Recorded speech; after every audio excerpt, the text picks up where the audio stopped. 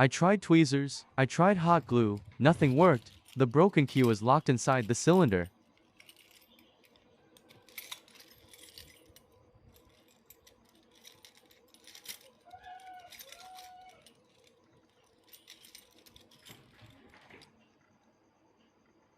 The key wasn't stuck because of dirt, it was being held by the lock mechanism.